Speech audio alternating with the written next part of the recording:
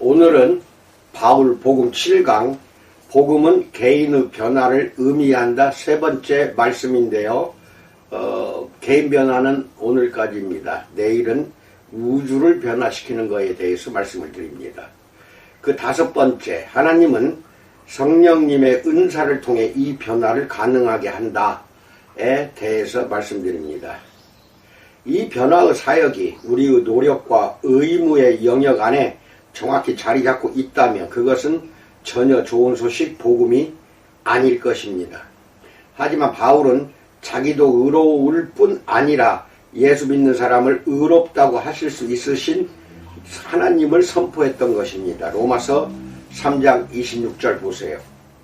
바울의 좋은 소식, 복음의 본질적인 부분은 하나님이 친히 양육하시고 능력을 주신 것이 아니라면 아무것도 바라거나 요구하지 않으신다는 것입니다.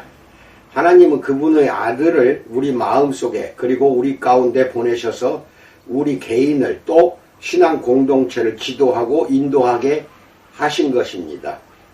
그로 인해 우리가 죄와 자기중심적인 욕망에 대항하여 싸우도록 힘을 주실 뿐 아니라 그에 대해 승리하게 하십니다. 갈라디아서를 자세히 연구해 보면 하나님이 예수님 안에서 우리 가운데 행하신 새로운 사역을 바울이 이해한 내용에 있어서 성령님이 얼마나 중요하고 중심을 차지하는지가 드러납니다.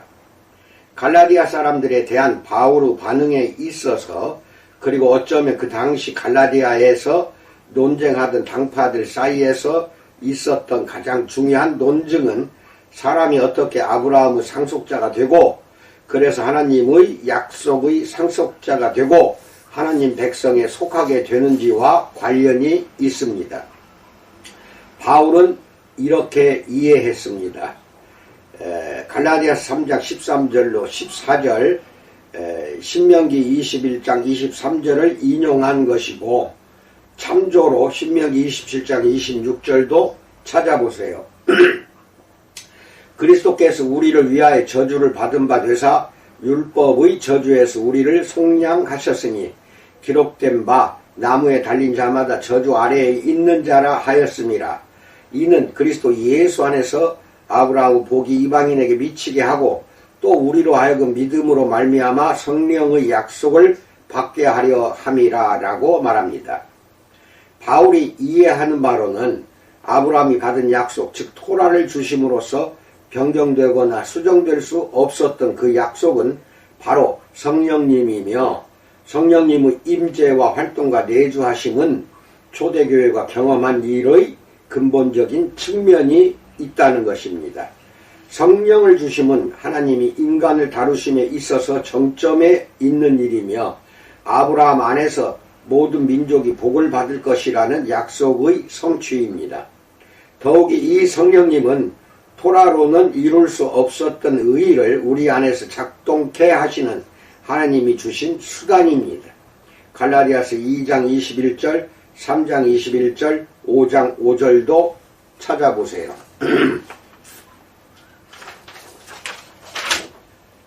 바울이 생각하기에 우리의 칭의를 위해 예수님을 믿는 것은 예수님이 자신의 죽음을 통하여 우리를 위해 확보하신 것, 즉 내주하시는 성령님의 선물이 우리를 하나님의 의로운 표준을 따르게 하는 변화로 충분히 인도하시고 이 변화를 우리 안에서 이루실 수 있다고 믿는 것을 포함합니다. 다시 말해서 믿음으로 말미암아 의롭게 되는 것은 하나님께서 믿는 사람들에게 주시는 성령님으로 말미암아 하나님 의의 표준에 맞추는 것을 포함한다는 것입니다. 갈라디아서 5장 16절로 17절, 24절로 25절을 에서 그러나 내가 이르노니 너희는 성령을 따라 행하라. 그리하면 육체의 욕심을 이루지 아니하리라. 육체의 소욕은 성령을 거스르고 성령은 육체를 거스르나니 이 둘이 서로 대적하므로 너희가 원하는 것을 하지 못하게 하려 함이니라. 그리스도 예수의 사람들은 육체와 함께 그 정욕과 탐심을 십자가에 못 박았느니라. 만일 우리가 성령으로 살면 또한 성령으로 행할지니라 라고 말합니다.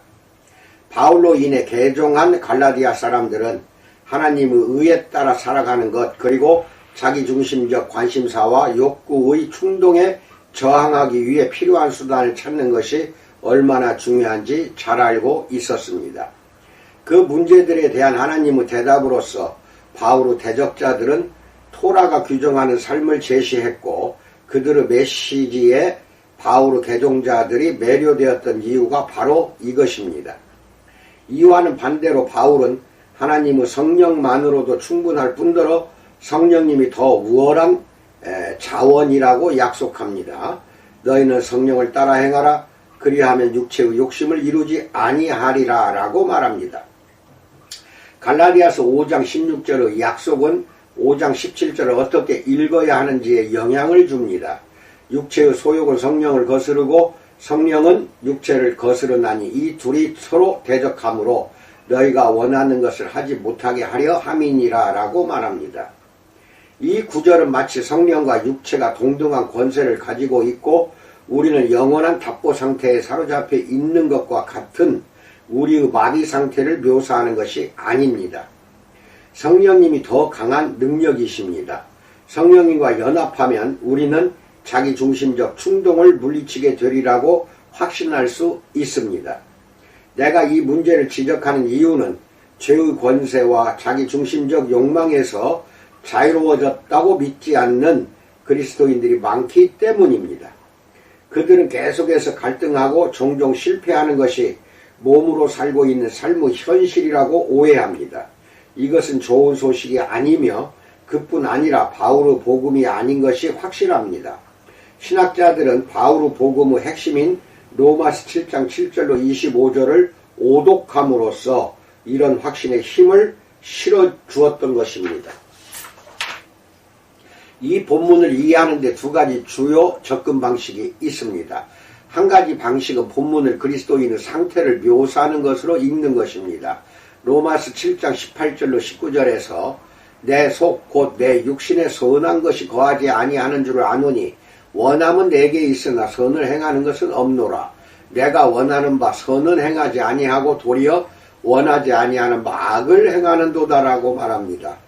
바울이 묘사하는 갈등이 우리 속에 가득할 수는 있어도 우리로서는 바울이 그리스도 안에 있는 사람의 표준적인 상태라고 믿는 바를 묘사하는 것이 아님을 인식하는 것이 중요합니다. 결과적으로 우리가 악하고 자기중심적인 충동과의 싸움에 두 손을 들고 이 구절이나 이 단락의 다른 부분을 인용하면서 포기하고 항복하는 것은 우리의 잘못인 것입니다. 오히려 이 단락은 근본적으로 토라를 옹호하면서 로마서 7장 7절에서 그런즉 우리가 무슨 말을 하리요? 율법이 죄냐? 그럴 수 없느니라 라며 그 질문에 대답을 합니다. 하나님의 율법은 선합니다. 하지만 죄가 인류에게 스며들었으며 사람들이 하나님의 의에 맞추어 살아가게 할 힘이 토라에게는 없습니다. 이 본문은 어떻게 해서 토라의 실패가 토라 안에 내재한 결함이 아닌지를 설명합니다. 이 문맥에서 바울이 나는 육신에 속하여 죄 아래에 팔렸도다라고 로마서 7장 14절에서 라고 말할 때 그는 그 사람의 상태를, 이 경우 특히 유대인의 상태를 다시 한번 묘사한 것입니다. 즉 그가 예수님을 믿고 성령의 선물을 받도록 하나님께서 그의 삶에 은혜롭게 개입하기 이전의 상태 말입니다. 이것은 바울이 일찍이 주장한 로마서 3장 9절의 유다인이나 헬라인이나 다 죄 아래에 있다고 우리가 이미 선언하였느니라에 비교가 됩니다. 죄의 지배를 받고 죄의 권세와 정죄 아래에 있고 심지어 죄의 종인 이런 죄 아래에 있는 상태로부터 사람들은 그리스도 안에서 구원함을 받았습니다. 이것이 바로 좋은 소식 즉 복음입니다. 바울은 이 사실을 앞장에서 매우 분명히 밝혔습니다. 로마서 6장 6절 14절 17절로 18절에서 우리가 알거니와 우리의 옛사람이 예수와 함께 십자가에 못 박힌 것은 죄의 몸이 죽어 다시는 우리가 죄에게 종노릇하지 아니하려 함이니 죄가 너희를 주장하지 못하리니 이는 너희가 법 아래에 있지 아니하고 은혜 아래에 있음이라. 하나님께 감사하리로다. 너희가 본래 죄의 종이더니 너희에게 전하여 준 바 교훈의 본을 마음으로 순종하여 죄로부터 해방되어 의에게 종이 되었느니라 라고 말합니다. 바울은 7장 7절로 25절의 논증에서 그 측면에 이미 조처를 취해 놓았습니다. 그는 토라 아래에 있는 사람에 대해서 그리고 육체적 권세로 인해 최후 지배를 받았던 경험을 이야기하면서 로마서 7장 24절에서 표현했듯이 이 사망의 몸이라고 표현합니다. 이런 사람은 자기 내부에서 끔찍한 분열을 경험합니다. 로마서 7장 25절은 그런즉 내 자신이 마음으로는 하나님의 법을 육신으로는 죄의 법을 섬기노라 라고 바울은 고백합니다. 7장 25절에서 바울이 묘사하는 분열된 자아는 그리스도께서 심자를 떠나신 상태가 아니고 하나님께서 그를 그리스도 안에서 해방시켰을 때의 상태입니다. 계속해서 바울이 로마서 8장 2절에서 이는 그리스도 예수 안에 있는 생명의 성령의 법이 죄와 사망의 법에서 너를 해방하였음이라 라고 말합니다. 바울이 몇 구절 앞에서 약간은 이른 듯한 찬양을 선언한 까닭이 여기에 있습니다. 로마서 7장 25절은 우리 주 예수 그리스도로 말미암아 하나님께 감사하리로다 라는 찬송은 7장 24절 이 사망의 몸에서 누가 나를 건져내랴 라는 그의 고뇌의 참 질문에 대한 대답으로 주어졌던 것입니다. 하나님은 우리를 죄의 권세에서 해방하셨으며 우리를 성령의 권세 안에 있는 새 생명에 들어가게 하셨습니다. 하나님께서 토라를 통하여 이루려 하셨던 의의 표준을 우리가 마음에서 우러나오는 순종으로 성취하게 하는 생명 말입니다. 로마서 8장 3절로 4절에서 율법이 육신으로 말미암아 연약하여 할 수 없는 그것을 하나님은 하시나니 곧 죄로 말미암아 자기 아들을 죄 있는 육신의 모양으로 보내어 육신의 죄를 정하사 육신을 따르지 않고 그 영을 따라 행하는 우리에게 율법의 요구가 이루어지게 하여 하심이니라 라고 말합니다. 바울은 어디에서도 율법을 행하는 doing, 그리스도인들에 대해서는 말하지 않습니다. 그러나 그는 분명 율법을 성취하는 fulfilling, 그리스도인들에 대해서는 말하는데 갈라디아 3장 13절로 14절, 로마서 13장 8절로 10절도 읽으세요. 그리스도인들은 율법이 궁극적으로 추구하는 바를 다른 수단으로 말미암아 이루는 사람들입니다. 율법을 성취하게 하는 수단은 우리가 육체의 욕구와 충동을 이기도록 우리의 인도자와 대변자로 임하신 성령님이십니다. 이 사실은 우리에게 육체, 즉 실제로는 우리 안에 있는 자기중심적이고 자기만족적인 본능에 초점을 맞추어 육체의 인도를 받지 말고 우리의 마음, 즉 우리의 의도와 헌신과 초점을 변함없이 지속적으로 성령님께 맞추고 성령님의 인도하심을 받을 것을 다시 한번 요구하고 있습니다. 로마서 8장 5절로 9절에서 육신을 따르는 자는 육신의 일을, 영을 따르는 자는 영의 일을 생각하나니 육신의 생각은 사망이요 영의 생각은 생명과 평안이니라. 육신의 생각은 하나님과 원수가 되나니 이는 하나님의 법에 굴복하지 아니할 뿐 아니라 할 수도 없음이라. 육신에 있는 자들은 하나님을 기쁘시게 할 수 없느니라. 만일 너희 속에 하나님의 영이 거하시면 너희가 육신에 있지 아니하고 영에 있나니 라고 말합니다. 로마서 8장에서 선별한 이 본문들은 내가 바울을 연구하며 할수록 영향을 받았던 지점으로 우리를 데려갑니다. 하나님께서 마침내 우리를 죄 없다고 하실 것이다. 하나님 보시기에 우리가 선하고 의로운 사람이 될 수 있도록, 우리가 선하고 의로운 일을 할 수 있도록 하나님이 행하셨기 때문이다 라는 것입니다. 여섯 번째, 우리는 사망의 두려움에서 자유로워졌다에 대해서 알아봅니다. 이 변화 과정에서의 최종적인 단계, 즉 우리가 죽음 너머에 있는 삶에 들어감을 특징으로 하는 죽을 수밖에 없는 우리 몸의 변화를 언급하지 않고는 바울 복음에 대한 설명이 완전하지 않을 것입니다. 빌립보서 3장 20절로 21절에서 그러나 우리의 시민권은 하늘에 있는지라 거기로부터 구원하는 자 곧 주 예수 그리스도를 기다리노니 그는 만물을 자기에게 복종하게 하실 수 있는 자의 역사로 우리의 낮은 몸을 자기 영광의 몸의 형체와 같이 변하게 하시리라 라고 말합니다. 그리고 고린도전서 15장 54절과 58절에서는 이 썩을 것이 썩지 아니함을 입고 이 죽을 것이 죽지 아니함을 입을 때에는 사망을 삼키고 이기리라고 기록된 말씀이 이루어지리라. 그러므로 내 사랑하는 형제들아, 견실하며 흔들리지 말고 항상 주의 일에 더욱 힘쓰는 자들이 되라. 이는 너희 수고가 주 안에서 헛되지 않은 줄 알미라 라고 말합니다. 복음은 예수님을 믿는 사람이 그리스도 안에서 새 사람이 될 수 있다는 것만이 아닙니다. 복음은 그가 되어가고 있는 그 새 사람이 영원히 살 것이라는 소식이기도 합니다. 고린도전서 15장 26절에서 맨 나중에 멸망받을 원수는 사망이니라 라고 말합니다. 바울은 인류의 보편적인 원수의 패배를 말한 것입니다. 그의 복음은 그리스도를 믿는 사람은 더 이상 사망의 두려움의 그늘 안에 살 이유가 없다는 것입니다. 하나님께서 더 이상 사망이 인간 존재의 최종적인 결정권자가 되지 않도록 준비하셨기 때문입니다. 이것을 믿는 것이 헌신된 제자도의 핵심입니다. 이 생이 우리가 가진 전부라는 생각은 여러 면에서 우리의 자기중심적인 충동과 욕망의 강력한 원천이 됩니다. 우리가 죽음을 막다른 길로 이 생을 우리가 목표를 성취할 주된 무대로 여긴다면, 그렇다면 자기 만족감이 점점 더 중요해지고 다른 사람들에게 선이 되는 일을 찾거나 하나님과 관련된 의제를 발전시키기 위해 자기를 부인하는 일은 점점 더 합당하게 여겨지지 않을 것입니다.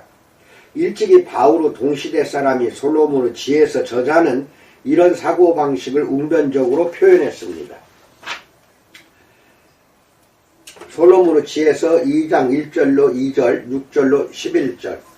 우리의 인생은 짧고 고통스럽다. 죽음에 다다르면 묘약이 없고 무덤에서 돌아올 사람도 없다. 우리는 다 우연히 태어났다. 우리의 생이 끝날 때가 되면 우리는 마치 잊지 않았던 것처럼 될 것이다. 그러니 오라, 이제 생의 모든 좋은 것을 즐기자. 젊을 때처럼 세상에 있는 것을 마음껏 누리자. 값비싼 포도주와 향료로 마음껏 취하고 봄철의 꽃 한 송이라도 시들기 전에 꺾어두자. 장미가 시들기 전에 그 봉오리들로 화관을 만들어 쓰자. 어떠한 풀밭도 우리의 이 환락에서 빠지는 일이 없게 하라. 이 생은 다 우리의 것이니 어디에나 우리의 증표를 남기자. 자기 할 일을 다 하는 노동자를 억누르고 과부를 학대하는 것을 두려워하지 말자. 백발이 성성한 노인이라고 존경할 것 없다.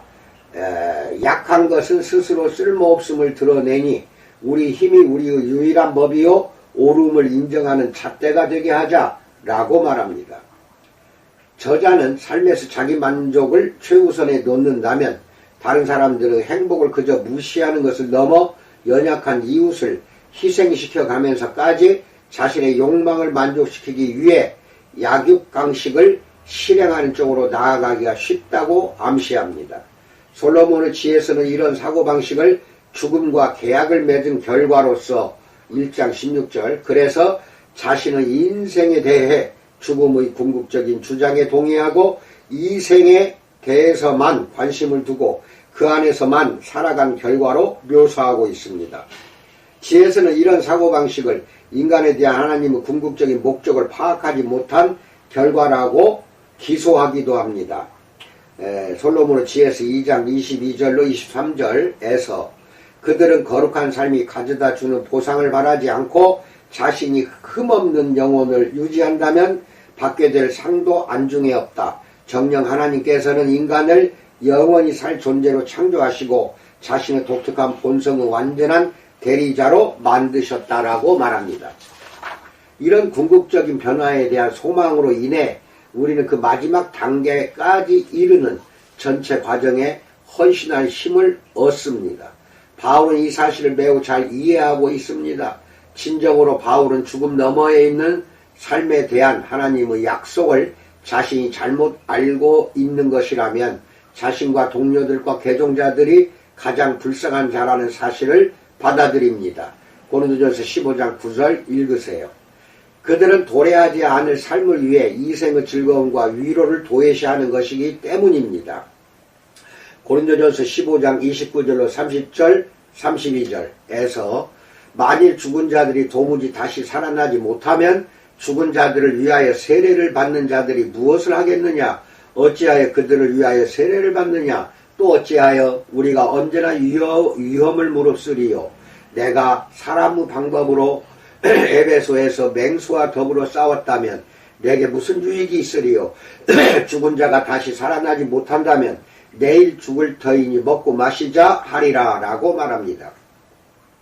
죽음 저 너머에 있는 삶을 믿지 않는 사람은 그 삶을 위해 숭고함을 추구하려는 감각을 희생할 필요가 없는데 역사상 많은 사람들이 입증했듯이 이런 믿음이 없으면 사람들은 자신이 희생해야 할 것과 이 일을 추구하기 위해 끌어안아야 할 역경을 심각하게 제안합니다. 하지만 최종적인 변화에 대한 소망 때문에 바울은 자신의 일시적인 손실이 실제적인 손실이라는 두려움 없이 현재의 삶에서 자신의 전부를 하나님의 목적에 헌신할 수 있었던 것입니다. 고린도후서 4장 16절로 18절에서 그러므로 우리가 낙심하지 아니하노니 우리의 겉사람은 낡아지나 우리의 속사람은 날로 새로워지도다. 우리가 잠시 받는 환난의 경한 것이 지극히 크고 영원한 영광의 중한 것을 우리에게 이루게 함이니 우리가 주목하는 것은 보이는 것이 아니요 보이지 않는 것이니 보이는 것은 잠깐이요 보이지 않는 것은 영원함이라 라고 말합니다. 로마의 지중해 전역에 복음을 선포하라는 하나님의 명령에 바울이 철저하게 순종한 것은 이런 사고방식에 뿌리를 두고 있습니다. 유대교 내에서 가장 엄격한 노선을 헌신적으로 추종하며 존경받던 자신의 삶을 소외당하고 십자가에 못 박히신 메시아의 표지와 경험을 자신의 몸에 짊어지는 삶으로 갈라디아서 6장 7절, 17절 하나님이 변화시키신 것을 확인하기 위한 바울의 헌신 역시 마찬가지입니다. 이생의 쾌락과 위세와 재물을 즐기기 위해 살아갈수록 우리는 영원한 것을 즐기게 되는 변화의 과정에 덜 헌신하게 될 것입니다. 예수님이 하신 말씀을 빌려서 표현하면 이렇습니다. 마가복음 8장 35절에서 누구든지 자기 목숨을 구원하고자 하면 잃을 것이요 누구든지 나와 복음을 위하여 자기 목숨을 잃으면 구원하리라 라고 말씀합니다. 이 변화 과정의 결국에 대한 바울의 말, 즉 우리가 자신에 대해 죽을 때 예수님의 부활 생명에 참여한다는 것을 믿는다면 우리는 이 세상을 살아가는 동안 그 과정을 추구하는 일에서 스스로 물러서지 않을 것입니다. 이상입니다. 이런 마음의 변화가 먼저 여러분과 나한테 오기를 우리 주님의 이름으로 간절히 축원드립니다. 성령님만이 우리를 변화시킬 수가 있습니다. 감사합니다.